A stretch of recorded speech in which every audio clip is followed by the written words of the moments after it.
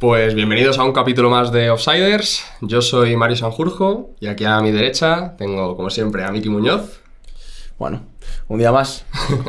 Y hoy tenemos con nosotros a David Aznar. Muchas gracias por venir, David. Nada, gracias a vosotros por la invitación. Hoy, a diferencia de los anteriores episodios en los que hemos traído a jugadores de campo, pues nos salimos del terreno de juego y nos adentramos en los banquillos. David tiene una larga trayectoria como técnico y una de sus últimas experiencias es ni más ni menos que ser el primer entrenador de la historia del Real Madrid femenino. Bueno, David, vamos a empezar un poco por tu historia. ¿Cuáles son tus comienzos? ¿De dónde eres? ¿Cómo empezó todo? Hace mucho ya, ¿eh? Sí, ya se me notan en las canas. Hace mucho tiempo que empecé. Al final, yo siempre digo que mi mayor punto de partida fue mi padre. Al final mi padre fue entrenador también y bueno, yo lo viví muy de cerca en casa, con esa pasión que él tenía. Al final, cuando el fútbol todavía pues era demasiado amateur en categorías inferiores y que él al final lo hacía por vocación y dedicaba muchísimo tiempo a esos chavales, ¿no? Que cuidaba como si fueran sus hijos. Yo a veces te sentía un poquito de envidia también. Uh-huh. Y eso lo viví muy de cerca en casa y la pasión que siempre tuve hacia el fútbol me hizo que me decantara por tener esas inquietudes en empezar a descubrir un poquito más este juego y la realidad es que mi primera experiencia en los banquillos me llegó de casualidad, porque yo estaba estudiando entonces COU en mi colegio y el profe de educación física llegó un día a mitad de curso y me dijo: oye, David, necesitamos un entrenador para el equipo del cole. Y yo dije: ¿cómo para un entrenador para el equipo del cole? Si yo estoy jugando todavía, estaba ahí jugando todavía en categoría juvenil. Digo, yo no sé si voy a tener tiempo. Sí, me tienes que echar una mano porque el entrenador se ha ido y entonces los chavales se han quedado sin nadie y a ti te gusta mucho el fútbol y venga, échame una mano que son los chicos del cole y no sé qué, no sé cuánto. Y me engañó. Y siempre recuerdo cuando fui a casa ese día por la tarde que le dije a mi padre: papá, voy a ser entrenador. Mi padre me miró así como diciendo: ¿tú qué dices? ¿Que vas a ser entrenador de qué? ¿De dónde? ¿No? Y me acuerdo que me dio una carpeta así de ejercicios que él tenía y me dijo: sí, pues toma. Pum, me lo dejó encima de la mesa. Dice: ahí puedes empezar y ahí te buscas la vida y ahí empiezas un poco a prepararte tus entrenamientos y demás. Y la verdad que fue un año súper chulo, súper bonito. Me cambió mucho la visión de poder estar con un equipo. Lo que yo viví con esos chicos, yo creo que me despertó esas ganas de poder dirigir grupos y luego pues lo continué yéndome a Toledo con la carrera de profesor de educación física y sacándome los títulos de entrenador y bueno, pues luego tuve la suerte de poder estar en muchos sitios de donde he aprendido. ¿Y esa primera experiencia con qué edad fue? Con 18 años. 17 para con 18, sí. Joder. Sí, me pilló, ya te digo, en un momento que totalmente inesperado, pero la verdad que fue, no sé, como una llamada de decir, bueno, vamos a probarlo y bueno, luego el sentimiento con el que los niños luego, al final yo estaba en el cole, ¿no? Entonces también muchas veces salíamos al patio, ellos estaban en el patio y te miraban y te venían y no sé qué, y esa complicidad y... Uh-huh. Era un equipo de alevines de fútbol 7 y bueno, pues lo pasamos muy bien juntos. Yo al final era uno más de ellos en ese momento, era un niño más jugando con ellos y bueno, pues al final un ambiente muy de colegio, muy familiar y los padres luego también pues muy involucrados en la educación de los niños y el deporte era pues una herramienta más para que los niños crecieran, ¿no? No teníamos presión por resultado ni nada por el estilo, era pasarlo bien, disfrutar del juego y eso a mí me desconectó mucho de ese año de COU, que también teníamos ahí la presión de la selectividad y tal y bueno, fueron también momentos que me ayudaron, ¿no? a desconectar, a divertirme, a disfrutar y bueno, siempre digo que fue la primera señal, ¿no? de ser entrenador. ¿Y cómo avanza eso? Porque has pasado por las mejores canteras de Madrid y bueno, luego te ha llevado incluso al fútbol profesional.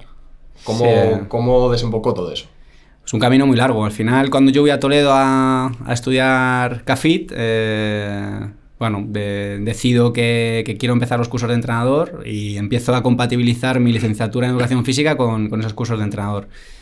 Y cuando acabo la carrera, pues por suerte a mí siempre se me ha dado bien los estudios y acabo la carrera y se fijan en mí para venir aquí al Real Madrid, nada más y nada menos. Mi primera experiencia es en el Real Madrid, de segundo entrenador en el Infantil B. Uh-huh. Y aparezco pues en la antigua ciudad deportiva, la que hoy vemos ahí las torres, ¿no?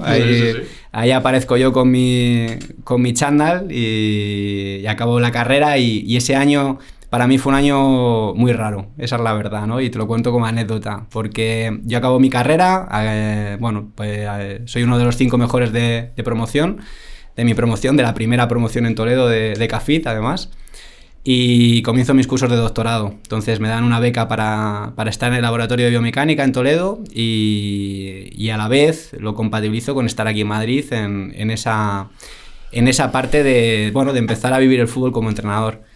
Pero yo no tenía un duro, esa es la realidad. Y mis padres, entonces mi hermana se marchaba a estudiar fuera y tampoco les podía pedir mucho dinero. Entonces todo lo que me habían dado a mí se lo tenía que dar también a mi hermana, ¿no? Ese privilegio de poder estudiar. Y me vengo aquí con una mano delante y otra detrás. Y fue mi primera experiencia de decir, hostia, sí, soy licenciado en Educación Física, pero aquí no me llama nadie. Yo eché currículum en gimnasios, en colegios, en tal, y no me llama nadie. Y el único sitio que encontré de currar fue de cartero, de comercial.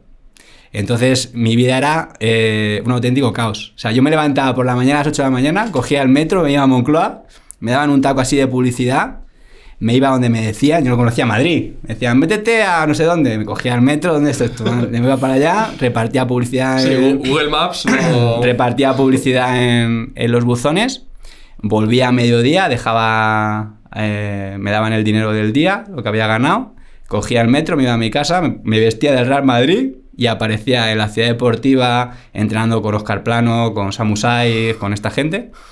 Y yo ahí todo, élite pura y dura. Acababa mi entrenamiento, me iba otra vez al piso y me ponía a estudiar mi doctorado. Y claro, eran como 3 vidas diferentes, era como si yo fuera 3 personas, ¿no? En 3 vidas paralelas. Y bueno, eso al final me hizo también valorar mucho las cosas. Fue un año que al principio duro, la verdad, porque pasa un poco como el jugador de fútbol que espera, ¿no?, jugar en primera división. Yo también esperaba, he sacado una carrera, he sido de los mejores de mi promoción, he hecho un montón de cursos de formación, voy a llegar a Madrid, me van a llamar, no me va a faltar trabajo. Y como llegas hemos aquí, hablado antes, de que sales de exacto, juveniles y... Exacto, y llegas aquí y dices, hostia, ¿y ahora qué haces, no? Y te tienes que pagar un piso y me acuerdo que el primer piso, me metí en un piso, pues yo Madrid no lo conocía, me metí en un piso con 5 personas, en 5 habitaciones, donde cada uno tenía nuestra llave de nuestra habitación. Y eso al final te va haciendo conocer gente. Ahí conocí pues otra escuela de fútbol tecnificación donde empecé también a trabajar. Luego me conecté con una revista que se llamaba B Fútbol, que era una revista para entrenadores que todavía está, donde empecé a hacer contenido técnico-táctico para esa revista. Entonces ya por lo que me iban pagando de un sitio, me iban pagando de otro, lo que tal, pues me iba pudiendo sobrevivir, ¿no? Porque entonces el Real Madrid a los técnicos, a los segundos entrenadores, pues no recibíamos ninguna cantidad económica, ¿no? Lo hacíamos un poco por ayuda y por la experiencia y por la oportunidad, ¿no?, de estar ahí dentro. ¿Quién era el entrenador? Rodolfo de la Rubia. Fue el primer entrenador con el que yo estuve en el Real Madrid. Y bueno, la generación, ya te digo, de los jugadores que te puedo decir que han llegado, pues han sido Samu Saiz y Óscar Plano como mayores referentes, pero también pues Álvaro López, que seguro que te sonará, Nacho, que está ahora jugando por allí por Islandia, ¿quién más te podría decir? Diego de Pedro, me suena. Depe, que está jugando en Alcalá ahora, sí. en Alcalá, bueno, pues un montón de... Bueno, David Moreno, que te sonará también. David Moreno. De ahí él era de Las Rozas, creo, también, y un zurdito, no sé. muy habilidoso. Bueno, Carlos Espósito. Sí. Bueno, una buena generación, como todas las que hay en el Real Madrid. Es que, entonces, pues, de todos los invitados que hemos traído, todos han pasado por el Real Madrid. Sí. Sea técnico o sea jugador. Sí. Y claro, hablan de toda la generación, todas las personas con las que han coincidido, y siempre hay uno que está en primera división. Siempre. Uh-huh. Entonces, lo que hablamos siempre es que el Real Madrid es la mejor universidad del fútbol. Sin duda, es pues formarte en el mejor sitio posible. Sí. ¿No? Aquí tenemos un claro Hombre, ejemplo y de... al final, ¿con qué edad era Madrid. eso? Cuando empezaste como entrenador, ¿qué edad tenías? Yo tendría 22, 23 años, sí. 23 años. Al final eres joven y yo creo que no hay otro sitio mejor en el que aprender. Sí. O sea, es segundo entrenador, al final con esa experiencia... Bueno, si te digo, entonces, estaba Quique Sánchez Flores entrenando al Juvenil División de Honor, estaba López Caro, que luego fue entrenador del primer equipo, entrando al filial, estaba... yo qué sé, un montón de entrenadores que al final compartías el día a día con ellos. Yo además me encantaba echar tiempo allí, tenías un montón de oportunidad de poder... Claro, al final tú sales de ahí con unas ganas de aprender. Es un máster, es un máster y con los mejores, porque al final estás con los mejores. Y lo mismo que pasa con el tema de los jugadores, que al final pues mejoras porque estás en el mejor club del mundo, pues con los entrenadores igual te vas fijando, yo creo, en gente que es referente para ti, o que yo creo que puedes aprender un montón y es espectacular. Y además lo bueno tuyo también es que con esa experiencia, con 22, 23 años, como que te da para madurar un poco antes, eso, toda la vida que has contado de que tenías como 3 vidas paralelas, pues te hace como espabilar y decir, que la vida no es fácil sin duda. Y hay que tirar para adelante. Sin duda, y valoras luego mucho todo lo que vas consiguiendo. Eso. O sea, al final, ahora mismo poder estar aquí en Madrid con mi piso, viviendo yo solo... pues claro, te echas la cuenta atrás y dices, joder, me acuerdo cuando vine aquí repartiendo, que vine como las películas antiguas, ¿no? Con la maleta así, aparecía aquí en Gran Vía y dije, ya la hago, ¿no? Y encima en Madrid, ¿sabes? Que no te vas a un sitio como casino grande. ¿Y cómo evolucionó todo eso? Pues luego, ¿cuál fue el siguiente salto? El siguiente salto fue volver a casa. El siguiente salto fue, como en todos los grandes clubes, hay un cambio de entrenadores, ¿no? En la cantera, y me toca salir del Real Madrid y me llama pues el Talavera Club de Fútbol, que al final es el equipo de mi ciudad, mis colores, donde mi padre ha entrenado, y me piden que sea el responsable un poco de la cantera del Talavera, que estaba entonces en Segunda División B. Y pues otro reto, al final otra experiencia súper rápida, súper pronto para mí, pero igual la afronto con muchísima ilusión y me dan la posibilidad. En 3 años hicimos allí, yo creo que un grandísimo trabajo, dándole un poquito de sentido a lo que se estaba haciendo en la cantera y tratando de poner pues unos cimientos para que los chicos pudieran jugar en el primer equipo y generar allí también pues una identidad diferente dentro del club, pero al final, claro, yo me acuerdo que me dieron eso y lo primero que hice fue apuntarme al máster de dirección deportiva de la Federación Española, porque yo no tenía ni idea de lo que era una dirección deportiva. A mí nadie me había enseñado a gestionar eso, ¿no? Entonces fue también un poco ir aprendiendo sobre la marcha, pero compaginar lo que aprendí aquí en la Federación Española con lo que luego tenía en el día a día de batallar con todos los equipos y todo. También digo que fue una experiencia muy buena como entrenador, que recomiendo tener, porque ser director deportivo, responsable de varios equipos, te quita un poco la parte egoísta que tenemos como entrenador. Al final, cuando tú eres entrenador, solamente piensas en ti. Es que a mi equipo le falta, es que yo quiero, es que no sé qué, es que no tengo balones, es que no tengo no sé qué, es que yo... La parte egoísta, cuando tienes que manejar a 14, 16 equipos con los mismos problemas, donde tienes que buscar que todos estén contentos, que todos tengan material, que el campo de fútbol lo aprovechen todos igual... te das cuenta un poco de la cantidad de problemas que hay, ¿no? en la gestión de un club, y eso te hace también ser mucho más solidario luego cuando te toca entrenar con el que tienes debajo y con el que tienes de arriba, entender cuál es la cadena, entender cuál es tu rol, ¿no? En ese proceso de formación, y fue pues también muy chulo, hasta que me llamó el Atlético de Madrid y me dio la oportunidad de volverme a reenganchar en el fútbol profesional, en una cantera como el Atlético de Madrid, y lógicamente no pude decir que no. Era una grandísima oportunidad y volví ¿Como entrenador o como...? Como entrenador. Vale. O sea, estabas de responsable de la cantera del Talavera y te llaman como para ser otra vez entrenador. Exacto, me llama el Atlético de Madrid para ser entrenador en su cantera. Empiezo como primer entrenador en el Infantil A y segundo entrenador en el Juvenil A, haciendo esa doble función, con Antonio Rivas como entrenador en el Juvenil A y yo como primero en el Infantil A.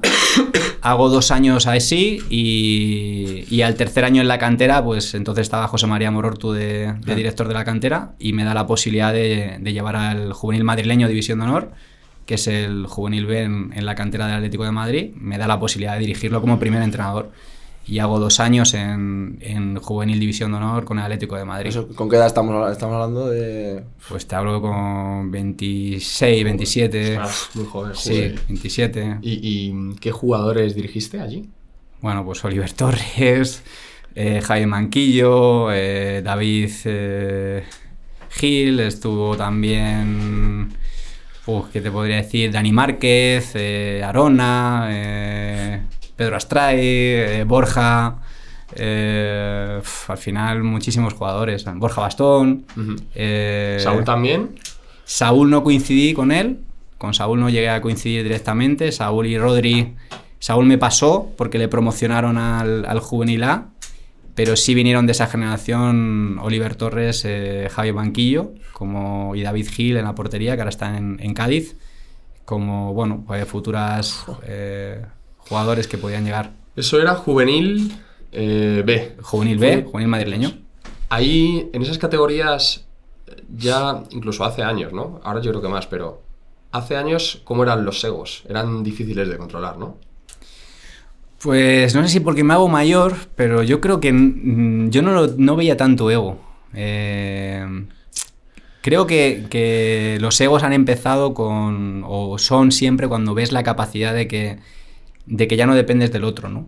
Y yo también en el Atlético de Madrid, por ejemplo, es un club que fomenta mucho la solidaridad, porque es un club que al final tiene que sobrevivir bajo la pelea constante con el Real Madrid, y creo que es un club que tiene muchísima identidad de grupo, de saber salir, de trabajar en equipo, tiene unos valores muy fuertes de supervivencia.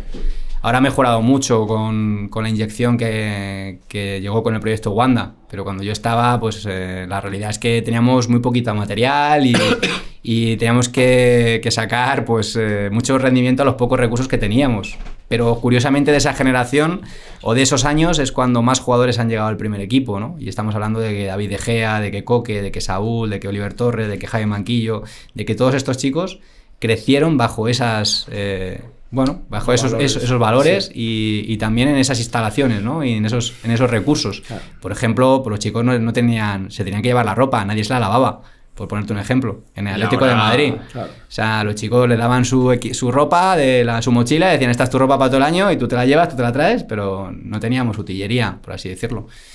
Entonces eso ha cambiado mucho, eso ha evolucionado y ha crecido. Claro, entonces estuviste en un Atleti más humilde. Claro.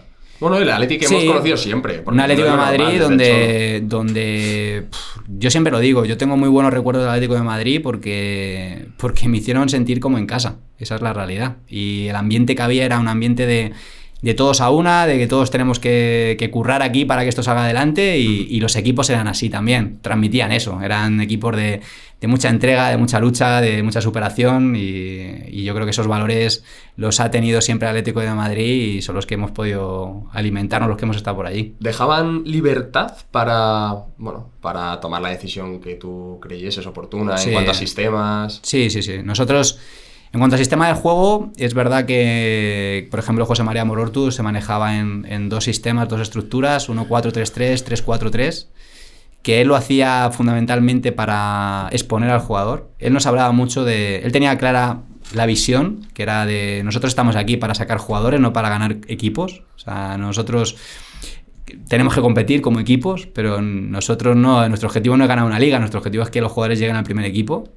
Y esa visión le hacía, primero, promocionar de manera desmesurada a los jugadores. Es decir, Saúl con 19 años estaba en el filial, o 18 años estaba en filial, y con 19 en el primer equipo. Y Oliver Torres prácticamente igual, y David De Gea estaba con 19 años en el primer equipo. Y Coque creo que igual, es decir, los tiraba para arriba, en cuanto los veía, los tiraba para arriba. Él no tenía mucha paciencia en ese sentido, los promocionaba muy rápido. ¿Tú veías ese potencial en De Gea, Oli, Saúl, de verdad que llegasen a ese punto de ser superestrellas? Siempre hay jugadores que te llaman mucho la atención, pero luego hay otros que te sorprenden. Yo, por ejemplo, siempre pongo el mismo ejemplo, que no lo he tenido como entrenador, pero lo he vivido dentro de la cantera, que es Teo. Teo Hernández, el hermano de Lucas Hernández. Nosotros, cuando estábamos en ese momento en la cantera, todos mirábamos a Lucas como la gran referencia, como la gran expectativa, ¿no? Entonces Teo era ese hermano pequeño que estaba allí, muchas veces condicionado con la etiqueta de que era el hermano de Lucas, ¿no? Y yo creo que eso también le pesó mucho en esas edades de formación, y creo que no le pudimos sacar o ver el rendimiento que luego ha demostrado, ¿no? Al final ahí está su trayectoria y cómo pegó esa evolución. Pero claro, no hay que olvidar que Teo al final llega al filial del Atlético de Madrid y prácticamente no juega, y el Atlético de Madrid le busca una salida en Alavés, Y ahí fue donde realmente Teo encuentra ese espacio alejado de su hermano y con el soporte de ese club que confía en él, cuando hace una temporada que lo levanta como un jugador de primera línea, ¿no? Sí. Y a partir de ahí, pues eso. Al final te encuentras ese tipo de cosas, ¿no? Jugadores que a lo mejor también tenías, pues quizás muchas expectativas y que por otras razones no han llegado tampoco al fútbol profesional. Oliver Torres pues estuvo en varias ocasiones cerca de que le dieran la baja en el Atlético de Madrid porque era un jugador pues menudito, pequeñito, débil. Entonces al final pues claro, el talento muchas veces es que es difícil de ver. Claro, yo que he podido estar ahí muchos años es difícil de ver porque necesitas paciencia con el talento y nunca sabes cuándo realmente un jugador que tiene condiciones va a explotar, ¿no? Y muchas veces pues tienes que estar en el sitio. A lo mejor si Oliver Torres le hubieran dado la baja en ese momento y se hubiera tenido que ir a Navalmoral de la Mata, donde es él, pues estaría jugando en preferente en Castilla-La Mancha. Y ahora pues está siendo uno de los jugadores por referencia, ¿no? en el Sevilla. Entonces, claro, es que los detalles en ese fútbol es tan pequeño que claro, nunca sabes lo que te puede pasar. Esa pizca de suerte de la que todo el mundo habla, no es que solo sea suerte, hay muchos más factores, es todo multifactorial. Pero es cierto lo que dices, ¿no? De ver a gente que por esto parece que ha llegado y el otro por esto parece que no, que se estrelló. Sin duda.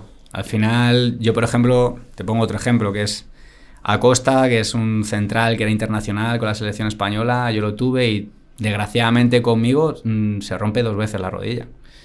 El primer año se rompe la rodilla, no hace ese año conmigo y al año siguiente que repite conmigo, en un rondo en pretemporada se la vuelve a romper la rodilla.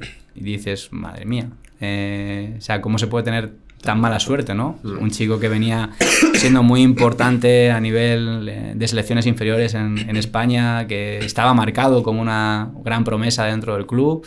Y al final, claro, tú te tienes que reponer de eso y buscarte la vida y seguir jugando. Es complicado, porque aparte de tener condiciones, justo lo que dices tú, al final todas estas situaciones de lesiones, de que a lo mejor entrenadores cuenten menos contigo y tal, tienes que tener la cabeza bien. Y siempre te encuentras gente en los equipos que te dicen, conmigo jugaba uno en juveniles que era el mejor con el que he jugado.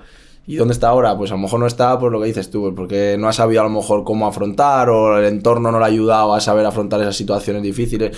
Aparte yo creo que tener talento, lo que dices, tienes que tener talento, tienes que tener una pizca de suerte y yo creo que también el tema de la cabeza es algo que se tiene que es muy importante a la hora de que un jugador tire para arriba, ¿no? Imagino que en clubes como el Atlético de Madrid eso también se trabajará, el tema de, pues, no solo el tema del fútbol, sino a los chavales, pues, intentar que de cabeza estén... Sí, nosotros en el Atlético de Madrid, por ejemplo, teníamos un departamento de psicología encabezado por Alejo, que trabajaba muchísimo con los chicos en este sentido, incluso para que no descuidaran los estudios, marcábamos mucho la importancia de darle valor a esos estudios, que tampoco los abandonaran, que no se dejaran, ¿no?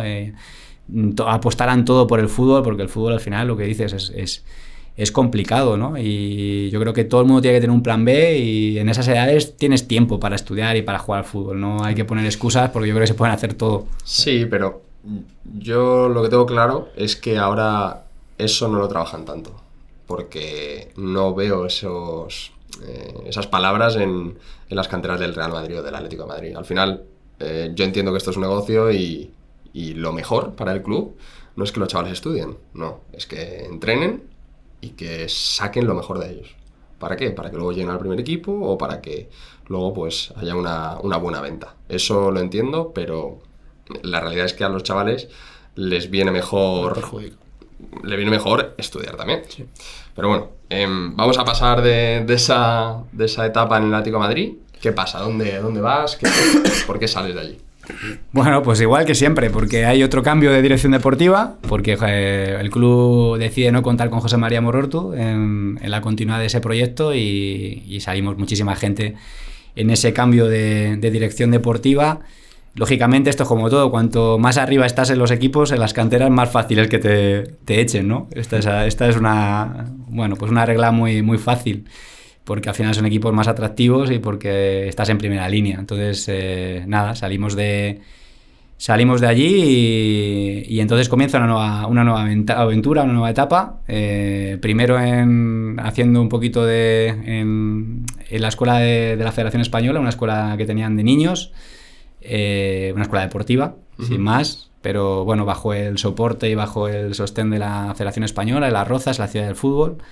Y doy mi primer paso un poco al fútbol senior, cogiendo el Leganés B, un Leganés B que está en preferente, y que es una generación también muy joven, con muchos jugadores salidos de División de Honor, algunos que yo también llamo del Atlético de Madrid, que salen de ahí. Y la verdad que hacemos un año súper bonito, donde bueno, pues estamos muy cerca del ascenso, y lo que pasa en fútbol, pues deciden, faltando 8 jornadas, que íbamos todo el año ahí primeros segundos, nos caemos a la tercera posición, y deciden cambiar de entrenador. Entonces ahí vivo mi primer cese como entrenador a mitad de temporada, ¿no? Quedan 8 jornadas, pero es mi primer cese, ¿no? Es como dicen, te tienen que cesar, ¿no? Para hacerte entrenador. Pues ese es mi primer cese como entrenador, y bueno, lo vivo con mucha desilusión porque bueno, era un equipo que habíamos hecho muchísimas migas y veía la fortaleza que teníamos en cuanto al grupo. Y estaba convencido que íbamos a subir a tercera división. Y luego, pues deportivamente, el cambio no le sale bien al club y no consiguen subir esa temporada. No sabemos si lo hubiéramos hecho conmigo o no, pero mi sensación es que podíamos haber conseguido ese ascenso. Y salgo de Leganés y es cuando me llama Rayo Majadahonda. Entonces llego al Rayo Majadahonda División de Honor, en la que estoy pues 2 temporadas también muy bonitas. La primera temporada muy por encima de las expectativas también, con un Borja Hacha pletórico, metiendo muchísimos goles esa temporada y ayudándonos ahí a estar en las primeras posiciones de División de Honor. Y la segunda temporada, pues desgraciadamente tenemos un arranque malo y vivo mi segundo cese, pues llegando a Navidad. Y nada, pues me lo tomo mejor que el primero. Cada vez mejor, ¿no? Sí, cada vez mejor. Como decía, hace poco escuché a Ancelotti, una rueda de prensa que me encantó, que le preguntaban que si estaba nervioso porque ahora se habla de que igual lo echan, que no va a seguir, que tal. Y él decía que le han echado de tantos sitios, que dice, si no me hubieran echado del primer sitio al que entrené, seguramente seguiría entrenando en ese sitio. Claro.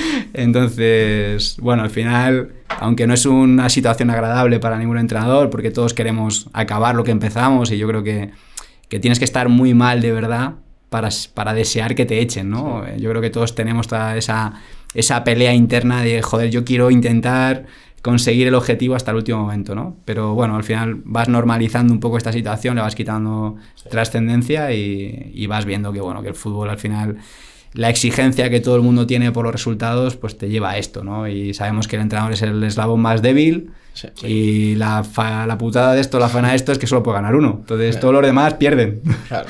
Si tú eres uno de esos que no gana, pues todos los demás pierden y te toca. ¿Y ahí qué pasa después de todo eso? Después voy al Corcón. Que ahí coincidimos. Era en un equipo juvenil. División de Honor. Juvenil División de Honor. Ahí me pasa al revés. Ahí es la primera vez que llega un equipo empezada la temporada. Es mi primera experiencia cogiendo un equipo que no arranca conmigo en pretemporada. Llevo en la jornada 7. Un equipo que no había conseguido los puntos que el club pues pretendía, y al final me toca estar en la otra cara, ¿no? Yeah. En la cara del que llega. El que llega, no del que le echan. Tiene que salvarlo. Entonces, bueno, pues me toca vivir otra experiencia diferente, y la verdad que con muchísima ilusión.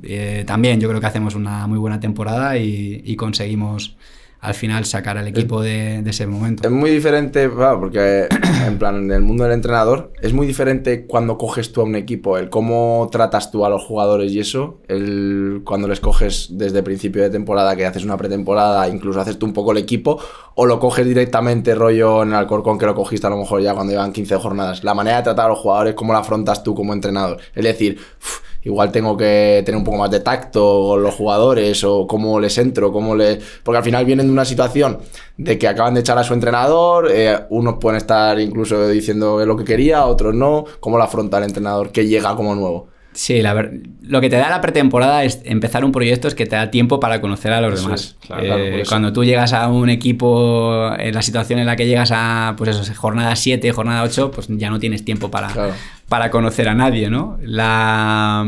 Lo bueno que te encuentras cuando llegas en esa situación es que otra vez se abre el abanico.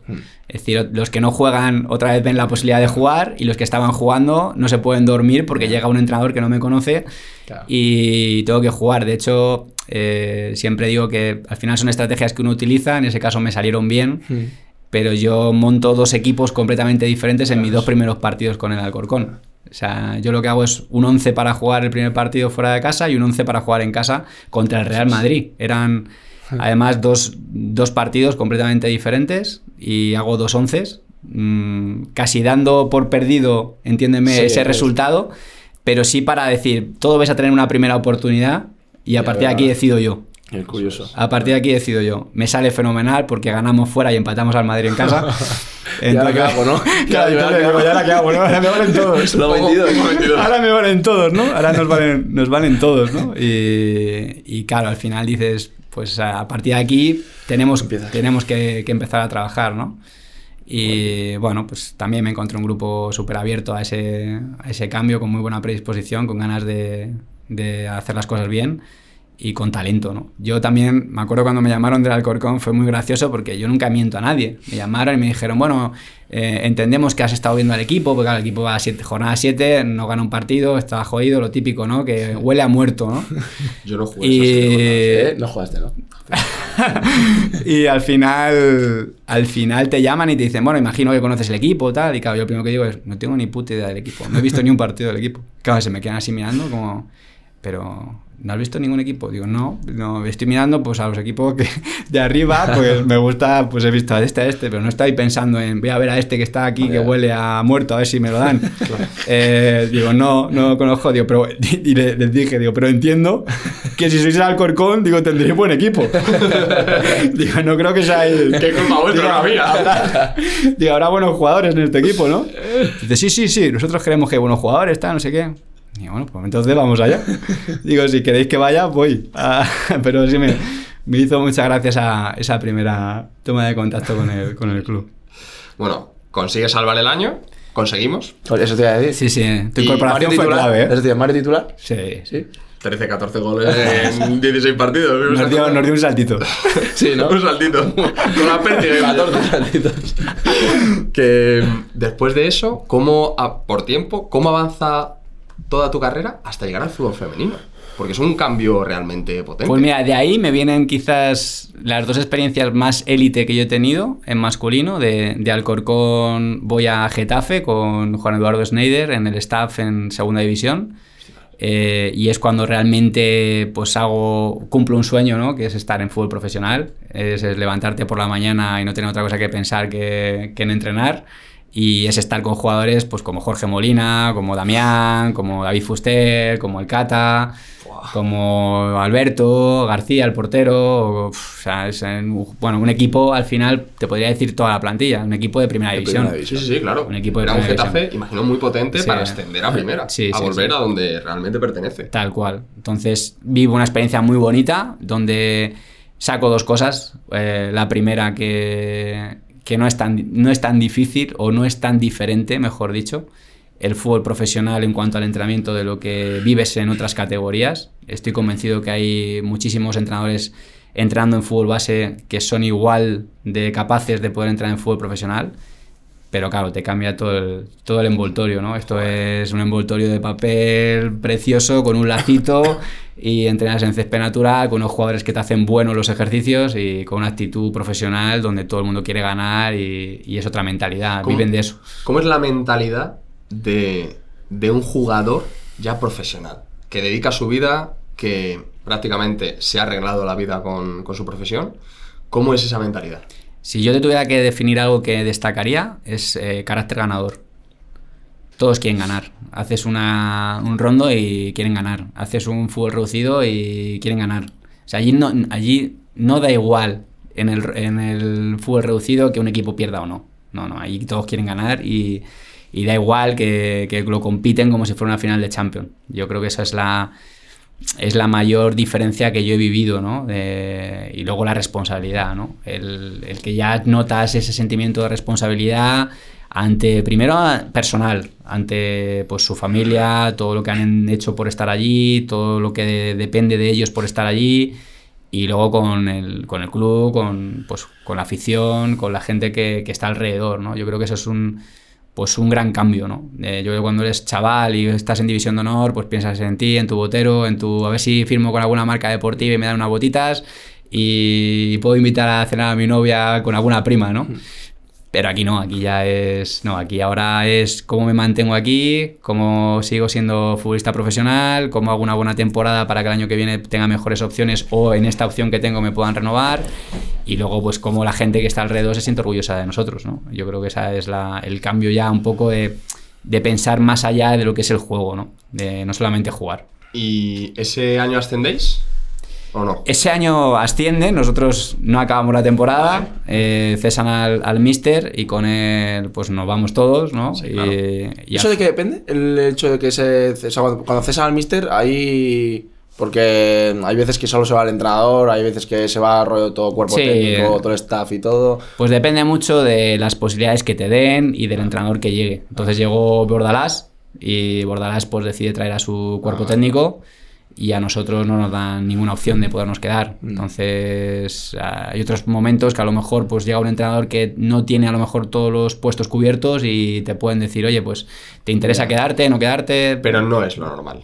Lo normal es que todo el mundo fuera. Sí, por lo menos por así decirlo, los puestos principales, ¿no? Como pueden ser pues el segundo entrenador, preparador físico, entrenador, o sea, un poco ese tridente, ese triángulo, que son mucho más de staff que de club, porque luego hay gente de club, como el analista, como entrenador de porteros, o como el redactador, que pueden ser gente que está mucho más... son más gente de club que no les afecta, ¿no? Esos cambios de entrenador. ¿Y cómo avanza eso hasta llegar al fútbol femenino? ¿Qué pasa ahí? Pues de ahí vamos a la selección de Madrid sub-18, donde tenemos una experiencia también muy bonita. ¿Sub-18? Sub-18 masculina. Pues buena generación. Muy buena generación, con Arribas, con Víctor Mollejo, bueno, pues con una generación Rorro. Bueno, jugadores que hoy están rompiéndola, ¿no? En fútbol profesional. Yo me acuerdo del primer entrenamiento que ahí me llamó Roberto Martínez como director deportivo de la Federación de Madrid. Me dio la oportunidad de poder ser selección sub-18 y me acuerdo el primer día de entrenamiento que le miraba y le decía, Robert, ¿no podemos quedarnos un poco más entrenando? Porque yo me lo estaba pasando pipa, o sea, es increíble, claro, el talento que había en la sesión y la capacidad de entrenar y verlos entrenar, el ritmo con que lo hacían, claro, tú tienes la capacidad de coger, si ya entrenar en el Atlético de Madrid o en el Real Madrid en División de Honor es una pasada, ser capaz de poder elegir lo mejor de esos equipos ya es la pasada al cubo, ¿no? O sea, ya es decir, ya esto ya es pasarme la pantalla. Ya, si yo encima puedo elegir al mejor del Real Madrid, al mejor del Atlético de Madrid, a los mejores del Rayo, del Getafe, de los equipos que están aquí en División de Honor, bueno, yo hago aquí, me pasó muy, muy guay, ¿no? Y fue un año también muy bonito, peleando por el Campeonato de España, no pudimos ganarlo, con una generación muy joven que la ganó el año siguiente, ¿no? La ganó el año siguiente con Abraham García, que hizo pues igual un trabajo espectacular, que le dio continuidad a mucha base que nosotros habíamos cogido y que consiguió pues, devolver la copa, ¿no? a Madrid. Y al acabar esa temporada es cuando llega esa oportunidad del Club Deportivo Tacón. Yo tenía la oferta de seguir en la selección de Madrid, de Roberto, y entonces me llama el Club Deportivo Tacón, primero para ser un poco la parte de metodología de cantera, porque ese Club Deportivo Tacón, que estaba en segunda división, tenía una cantera de 4 o 5 equipos y querían que yo, bueno, les ayudara. Yo ahí digo, venga, pues sí, así voy conociendo un poco el fútbol femenino y de paso pues puedo compatibilizarlo con la selección de Madrid. ¿Qué pasa? Que el primer equipo juega playoff de ascenso y justo en el último partido del ascenso pierden y no suben a primera división. Entonces yo en ese momento que ya estaba vinculado con el club, bajo a los vestuarios a, bueno, pues animar un poco a la gente que estaba allí y me coge la directiva y me dice, queremos que seas tú el entrenador. Y digo, a ver, digo, el partido acaba de acabar, digo, vamos a darnos un tiempo, vamos a pensarlo bien y bueno, pues en una semana, 10 días, pues hablamos. Y efectivamente, en 10 días me llaman y me dicen, mira, que queremos que seas el entrenador. Seguimos igual, pesado. Y claro, y yo ahí digo, pues la verdad que no entraba en mis planes entrar en el fútbol femenino, ¿no? Y siempre lo cuento como anécdota. Pues ahí pasó la típica semana de llamadas de gente, de amigos, que pues te empiezan a decir lo que siempre se ha dicho en el fútbol femenino, ¿no? Yo lo he vivido en persona, lo puedo decir porque lo he vivido, ¿no? Las típicas llamadas de ¿dónde te metes? Te van a encasillar, que eso ni es fútbol ni es femenino. Y yo me decía, a ver, me estoy volviendo loco, o sea, dejarme respirar, dejarme un poco que yo tomé esta decisión, ¿no? Y al final pues no sé, igual que te digo, de esas llamadas que tienes, esas señales, ¿no?, que te da la vida, al final me costó mucho decir que no a la selección de Madrid, porque estaba convencido de que podíamos ganar el Campeonato de España el año siguiente y estaba súper bien, súper cómodo ahí, me trataban fenomenal. Pero al final digo, venga, voy a coger este proyecto. Un proyecto muy difícil, porque al final, claro, todo el mundo dice, no, porque claro, subes a Primera División y entonces el Real Madrid y tal, ya, pero es que había que subir a Primera División. Es que yo cojo un equipo que no sube a Primera División después de haber hecho una temporada extraordinaria, habiendo perdido el último partido del playoff. Es decir, la única manera de hacer mejor temporada es subiendo. O sea, no me dan un equipo que está a punto de morir, que me dicen, no, a ver si eres capaz de resucitarlo. No, me dan un equipo que ya era campeón. O sea, que le faltaba un empujón. O sea, un empujoncito para meterlo en Primera División. Y ahí es cuando, bueno, pues cojo ese reto y digo, venga, vamos a por ello, ¿no? Y pues nada, empiezo en el fútbol femenino. Y ese año empiezas desde el inicio, toda la temporada, sí. Con el C de Tacón, ¿vale? Ese año ascendéis, ¿no? ¿Y qué pasa?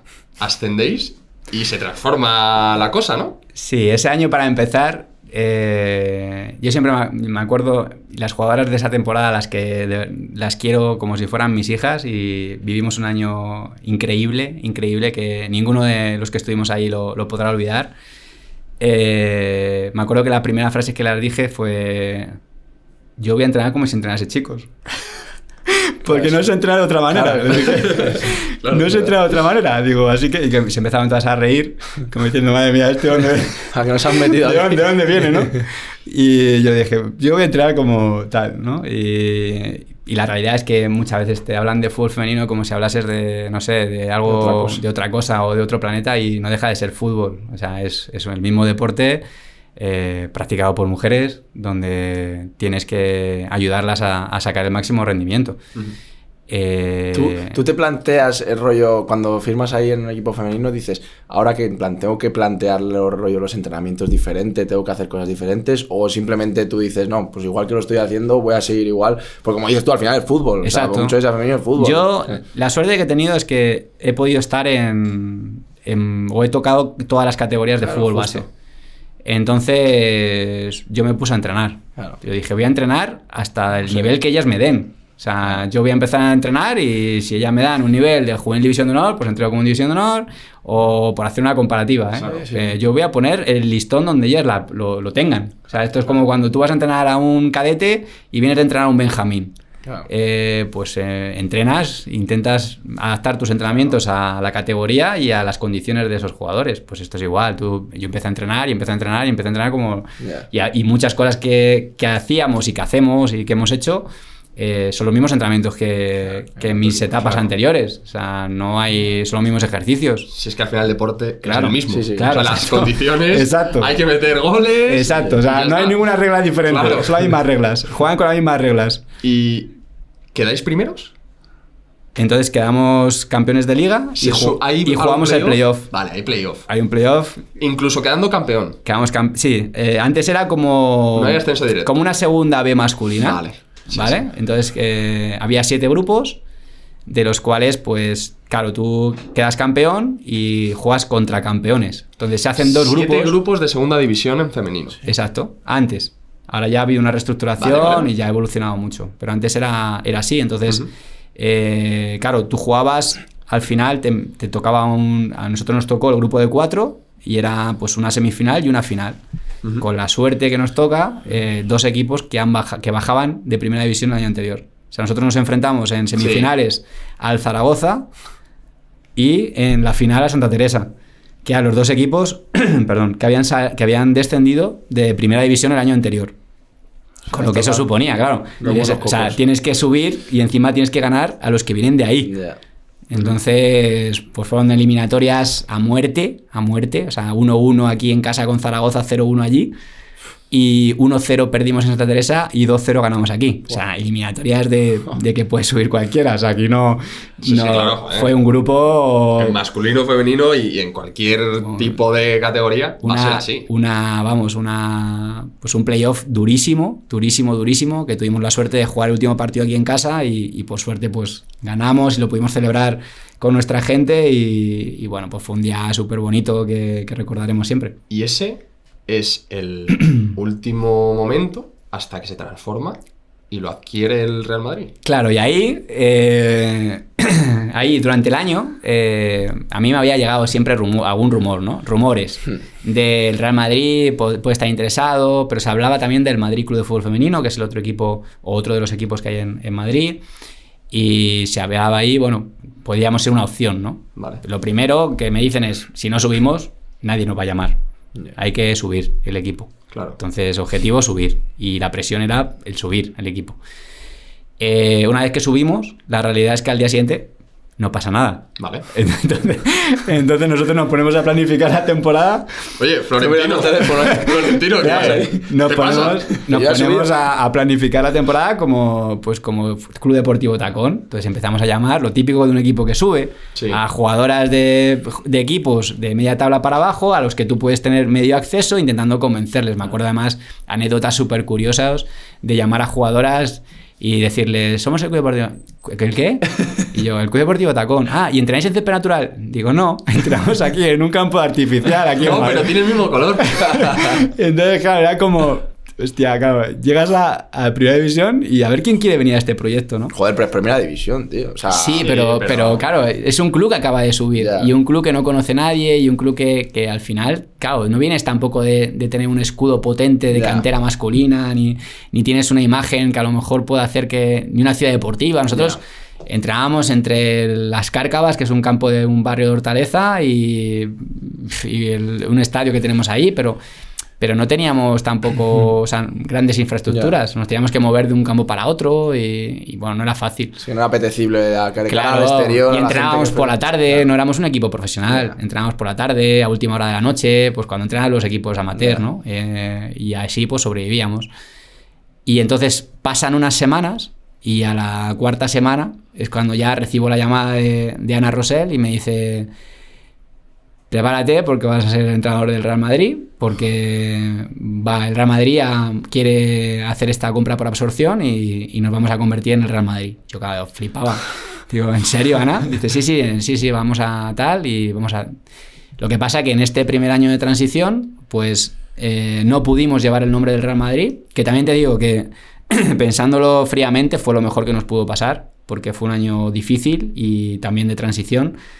Y entonces no pudimos llevar el nombre del Real Madrid porque esa absorción se tiene que aprobar en la asamblea de compromisarios, que no es hasta septiembre. Entonces nosotros arrancábamos antes la liga, claro. Entonces no podíamos cambiar el nombre sin la aprobación de los socios. Entonces había que pasar ese protocolo para que la asamblea lo aprobasen. Pero claro, tú imagínate cuando eso se hace noticia, que todavía lo tengo guardado en mi ordenador, empiezan todos los medios de comunicación a sacar como el Real Madrid compra de equipo, tal, claro, y nos empiezan ese verano Mario nos llamó para jugar el colombino, el Carranza. Llegamos aquí, la selección española absoluta quiere jugar un amistoso con nosotros. Yo le decía a Ana, esta pretemporada. Y las que llamabas hace 4 semanas que no querían jugar el césped artificial, que decían. Pues me imagino que alguna ¿Te acuerdas de mí? Claro. No sé quién eres. Entonces, claro, imagínate, porque a nosotros este proceso nos pilla, hay que entender este momento. Es que esto nos pilla en un verano de mundial, donde el mercado está cerrado, donde nosotros subimos con 12 jugadoras de Club Deportivo Tacón que debutan en Primera División y a partir de ahí decimos, ¿y ahora a quién traemos? Porque, claro, ¿a quién fichamos? No había mercado, porque además el mercado femenino se suele mover muy pronto. Entonces, claro, nosotros empezamos la pretemporada con 12 jugadoras del Tacón, 5 fichajes que hacemos internacionales y 7 juveniles del tacón. Pero ya en Valdebebas, con el escudo del Real Madrid. No, con el escudo del Real Madrid hasta el año siguiente no estamos. Ese primer año estamos en Valdebebas, donde estamos un poco itinerantes en la ciudad deportiva, porque no teníamos espacio, la realidad. Yo creo que a todos nos pilló, a ellos y a nosotros, un poco de sorpresa. Entonces nos tienen que acomodar en la ciudad deportiva. Entonces el primer año pues nos movíamos. Hoy entrenas en el campo 6, hoy en el 5, hoy en el 4, hoy tal, hoy te cambias aquí. Entonces íbamos un poco itinerantes en la ciudad deportiva, pero oye, entramos en Valdebebas, con las mejores instalaciones, con los mejores recursos, con muchísimo potencial.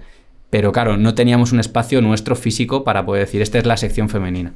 Y empezamos una pretemporada donde prácticamente era el tacón y 5 extranjeras, pero claro, 5 extranjeras que venía, pues fichamos a Casi, que venía del Atlético de Madrid, de ganar 4 Champions y 2 ligas con el Atlético de Madrid. O sea, 4 Champions que tiene ella, más 2 ligas con el Atlético de Madrid. Todos esos contratos son del Real Madrid. Claro, esas jugadoras que... O sea, yo a esas jugadoras de verdad las valoro muchísimo. Porque esas jugadoras vienen... Claro. Cuando no somos nada. O sea, sí, bueno, también van al Real Madrid. O sea que... Bueno, van a un hipotético Real Madrid. Sí, tampoco saben lo que va a pasar. Claro. Porque eso lo haces tú en pretemporada, ¿no? Claro. O sea, eso lo haces tú antes de septiembre, en plan en verano, ¿no? Exacto, lo haces en verano. No pero sobre todo vas a un proyecto que no sabes cómo va a acabar. Ahora el Real Madrid lleva 2 años jugando Champions League. Claro. Pero podría ser un Real Madrid que estuviese peleando por el descenso. O sea, tú no sabes cómo va a evolucionar el proyecto. Claro. Y son jugadoras... Vienen Sofía Jakobsson y Kosovare Asllani, que son 2 jugadoras internacionales por Suecia, que vienen de ser de las mejores del Mundial. Y viene una Casi que viene de tener 4 Champions y viene de ganar 2 ligas seguidas con el Atlético de Madrid. Y viene una Babs que viene de ser pues un icono en Alemania, ganando un Mundial, un Europeo, una Olimpiada, Champion en el Wolfsburgo. O sea, vienen jugadoras que dices, hostia, se juegan mucho viniendo a este proyecto. O sea, hay que darles una... Y yo me acuerdo además... que cuando estas jugadoras llegan y ven a las del tacón y claro, algunas me decían, pero ¿vamos a firmar más jugadoras o vamos a jugar con estas chicas? Digo, no, vamos a jugar con estas chicas. Y dice, pero si son niñas. Digo, ya, son niñas, pero son buenas, tampoco son malas, ¿sabes? Pasa que es su primera experiencia en Primera División, pero claro, era tan raro, o sea, era un ecosistema. O sea, yo creo, y siempre lo he dicho, es el año más difícil de mi vida. O sea, a nivel deportivo, el año más difícil de mi carrera ha sido este. Porque era un ecosistema tan difícil, tan complicado. O sea, lo normal en un equipo que asciende es que no tenga presión. Levante las planas al AMA y pierden con el Barcelona o con tal, y ya es lo normal. Pero es que tú subes y encima de jugar con esas niñas, que cada jornada es un partido más en Primera División, encima juegan con la presión de que van a ser el Real Madrid. Entonces yo me acuerdo de jugar partidos y claro, y la gente tiene unas expectativas como si tú fueras el Real Madrid. Entonces, claro. Y dices, a ver, que jugamos contra, yo qué sé, el Sporting de Huelva. Pero es que las jugadoras del Sporting de Huelva tienen 50, 60, 80, 100 partidos en Primera División y las nuestras tienen 1. Eres el Real Madrid sin tener jugadoras del Real Madrid. Claro. Del Real. Teniendo 3, 4 jugadores de claro, del Real Madrid. Es como... Y que no haces equipo con eso. Es muy difícil, es muy difícil. Y luego, que esto también es una situación que bastante difícil de gestión. O sea, ahí, ese año para mí... ¿Qué año fue ese? El 2019-20. Vale. Ese año, 19-20, que es el año del COVID, sí, que separa la liga a mitad de temporada, el gran mérito de ese año, yo siempre diré que fue de las jugadoras del tacón, porque fueron las que más crecieron y las que más evolucionaron, porque al final la base de ese equipo eran ellas. Entonces, las otras jugadoras, primero, de esas otras jugadoras, hubo jugadoras que entendieron perfectamente el momento y se remangaron y dijeron esto es lo que toca, sí, pero hubo otras que se sintieron engañadas también y que hay que entenderlas, ¿no? Y que la frustración de venir de un mundial y de ser nominadas a Balón de Oro y de no sé qué, y de repente verte perder y perder y perder y perder, pues claro, dices, hostia, me han engañado, ¿no? Luchar por salvarte. Claro, entonces... Una persona que tiene Champions, claro, y que es campeona de todo lo que se plantea. Con muchísimas nacionalidades diferentes, que en un grupo donde las chicas del tacón se hacían selfies con estas que llegaban. Claro, es que es un ecosistema que jamás lo vamos a volver a ver. O sea, no es lo normal. Es muy difícil. Sí. Pero fue por ellas por las que mantuvimos la categoría. Vamos a pasar rápido a la última temporada, porque tú estas 2 temporadas, ¿no? En el Real Madrid. Y ya en la 21-22 es cuando ya es Real Madrid de verdad. En la 2021 es cuando se hace... Ah, en la 2021. 2021. Ahí es Real Madrid de verdad. Oficialmente se hace Real Madrid, que ahí, claro, ahí no hay que olvidar que nos vamos al COVID y que estamos 3 meses en casa encerrados y que no sabemos si vamos a volver o no a la competición y que se nos acaban los contratos y que nadie nos dice nada. Entonces ahí es un momento de también incertidumbre de todos, incluido ¿Tú ahí yo. cómo estabas contractualmente? Yo acababa contrato. En año COVID acabas contrato. Acabo contrato. Y renuevas. Te renuevas. Claro, pero eso no lo sé hasta el final. Sí, pero La sensación. finalmente te renuevan. Sí, exacto. Al final yo siempre diré que... O sea, yo nunca podré hablar mal del Real Madrid porque me ha dado la oportunidad de ser el primer entrenador de la historia del Real Madrid femenino.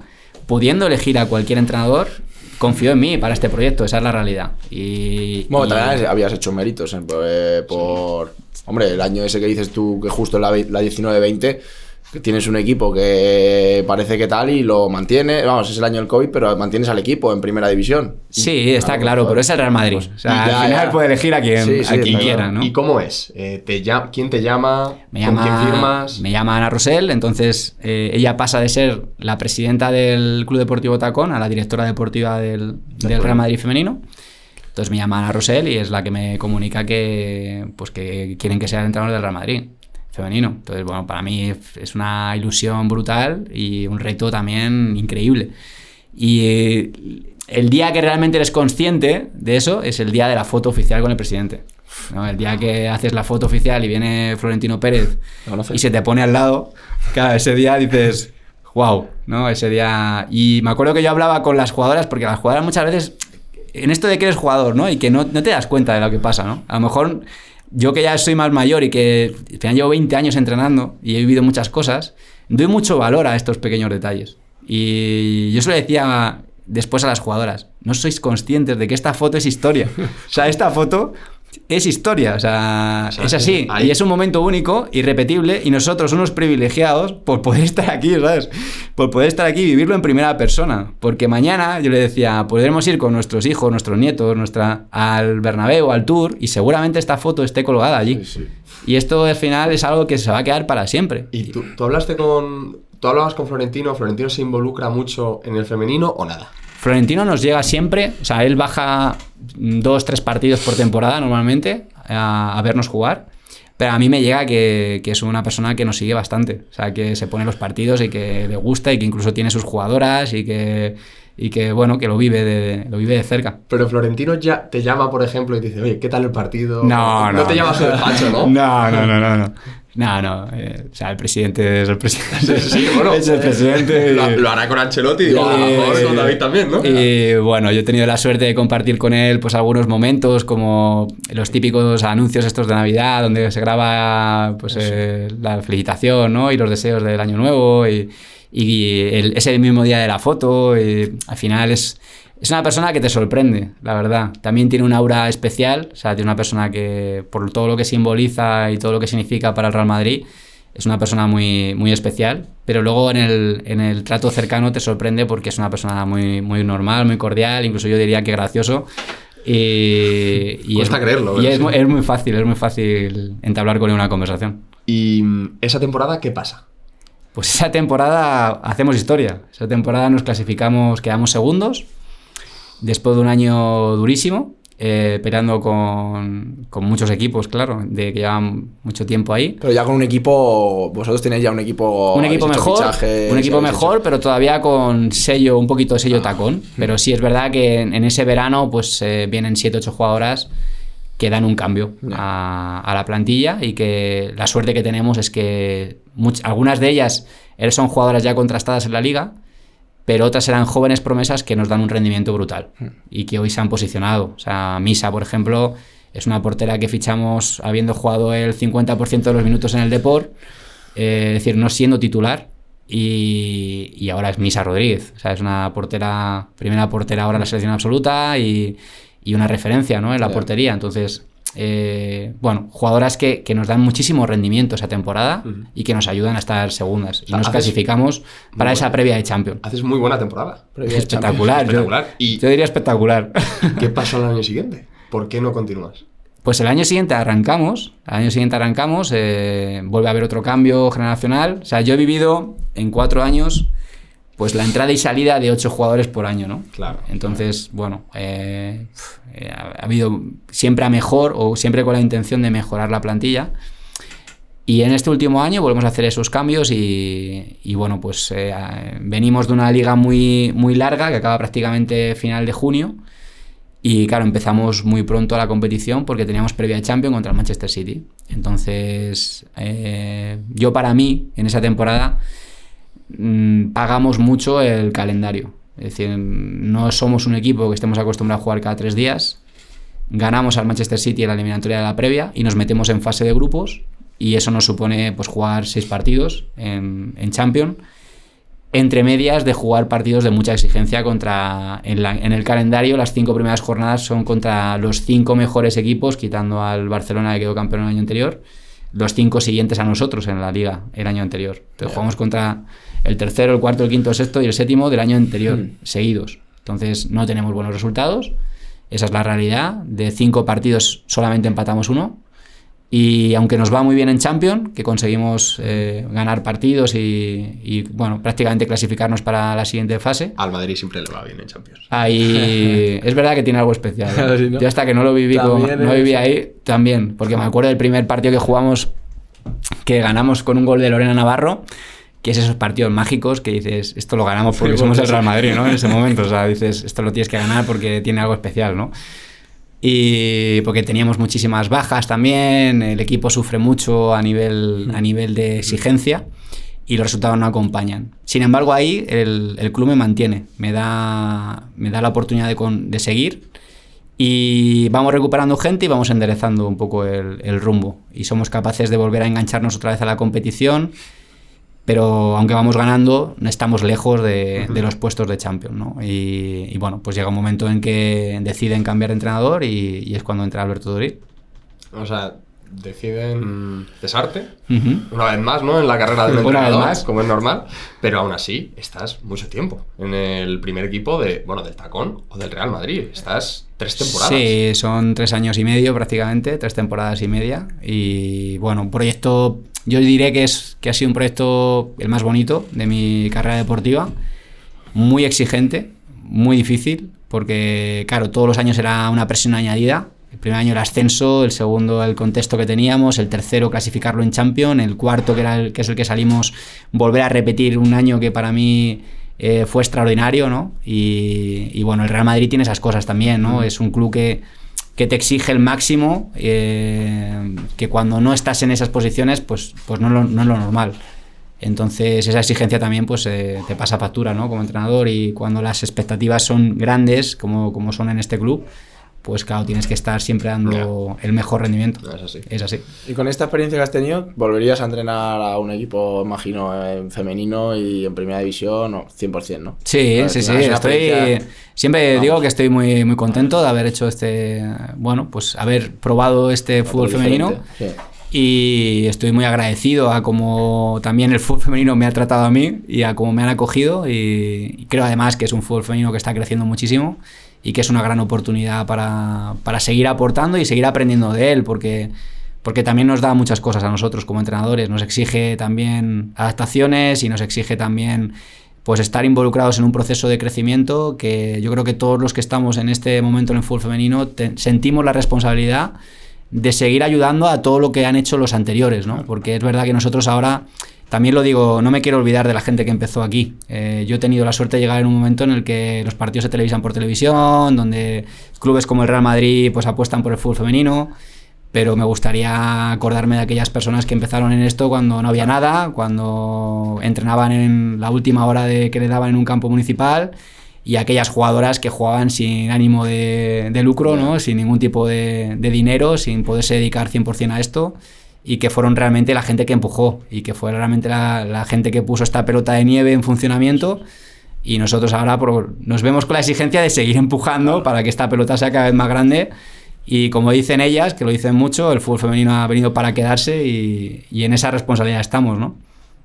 Qué bueno. ¿Y ahora mismo el fútbol femenino le notas crecimiento o no? Sí. Yo creo que el paso importante...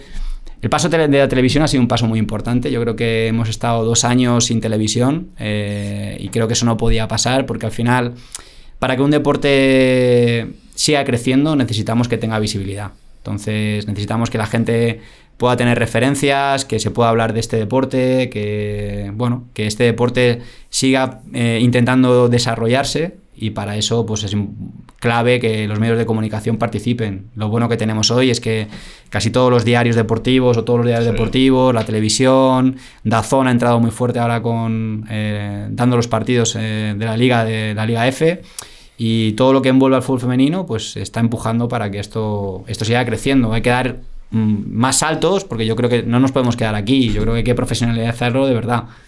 Una última pregunta que la verdad es que me rondaba la cabeza cuando hemos preparado tu entrevista y lo he comentado con Miki.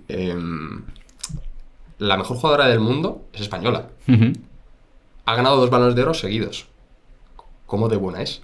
Yo nunca la he visto jugar, pero ¿cómo de buena es con el resto de personas? Porque ganar 2 Balones de Oro seguidos... Es muy buena. Por desgracia la he tenido que sufrir. Y encima con el eterno rival, ¿no? Vestida de blaugrana. Pero sí, es muy buena. Una jugadora muy buena. Muy buena. Y la pregunta sería, yo diría más.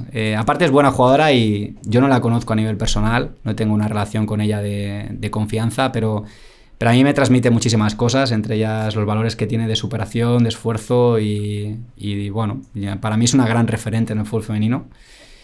Pero sobre todo la pregunta es, si Alexia Putellas ha ganado 2 Balones de Oro llegando al fútbol profesional tarde, pues imaginaros las que vienen por debajo, ¿no? Quiero decirte, este país tiene muchísimo talento. Si algo tenemos en España es talento futbolístico y yo creo que podemos tener más jugadoras de este nivel en el futuro. Lo que pasa que, lógicamente... Alexia es Alexia y hay que reconocerle que todo lo que ha hecho, todo lo que ha sufrido para llegar a donde ha estado, porque bueno, tenéis algún documental por ahí que podéis ver en Amazon Prime, creo que es, que entenderéis un poco mejor por qué es Alexia Putellas, ¿no? Y al final nada sale porque sí, ¿no? Todo tiene un precio y ella pues decidió pagarlo para poder ser la mejor jugadora del mundo y bueno, pues por suerte para ella lo ha podido conseguir. Oye, pues a ver si viene, ¿no? Bueno, no estaría mal, ¿no? No estaría mal. Habrá que pegarle un toque. Bueno, y ya para terminar, la verdad que ha sido una charla, vamos, yo me lo he pasado de lujo. Es un mundo que al final, es verdad que como no se habla tanto, a lo mejor la gente no está en boca de la gente tanto, pues viene bien saber un poco más y vamos, a mí me ha encantado. Así ya para terminar, ¿quién quieres o quién dirías que podría venir, te gustaría que viniese con nosotros aquí a charlar y a pasar un rato como el que hemos tenido contigo? Bueno, pues yo invitaría a Pedro Astray, ¿sí? Sobre todo para que cuente la anécdota que tuvo conmigo como jugador y luego pues todas las cosas que le han podido pasar en su carrera deportiva, y creo que es un gran ejemplo de lo difícil que es, ¿no? Ser futbolista profesional y al final es un chico con unas condiciones brutales, que tuvo la fortuna de poder estar en una cantera como el Atlético de Madrid. Y yo creo que es un buen ejemplo, seguro que lo vais a pasar bien con él. Creo que tenemos su número, así que genial. David, muchas gracias por venir. Nada, gracias a vosotros. A todos los que nos estáis escuchando o viendo, os agradecemos mucho todo el apoyo que estamos recibiendo y por favor, seguid dando feedback, que nos encanta que cada capítulo nos deis nuevas propuestas. Y nada, nos vemos en el siguiente capítulo, ¿no? Efectivamente. A por otra semana más. Con muchas ganas. Muchas gracias, David, por muchas todo. Gracias. Nada, un placer.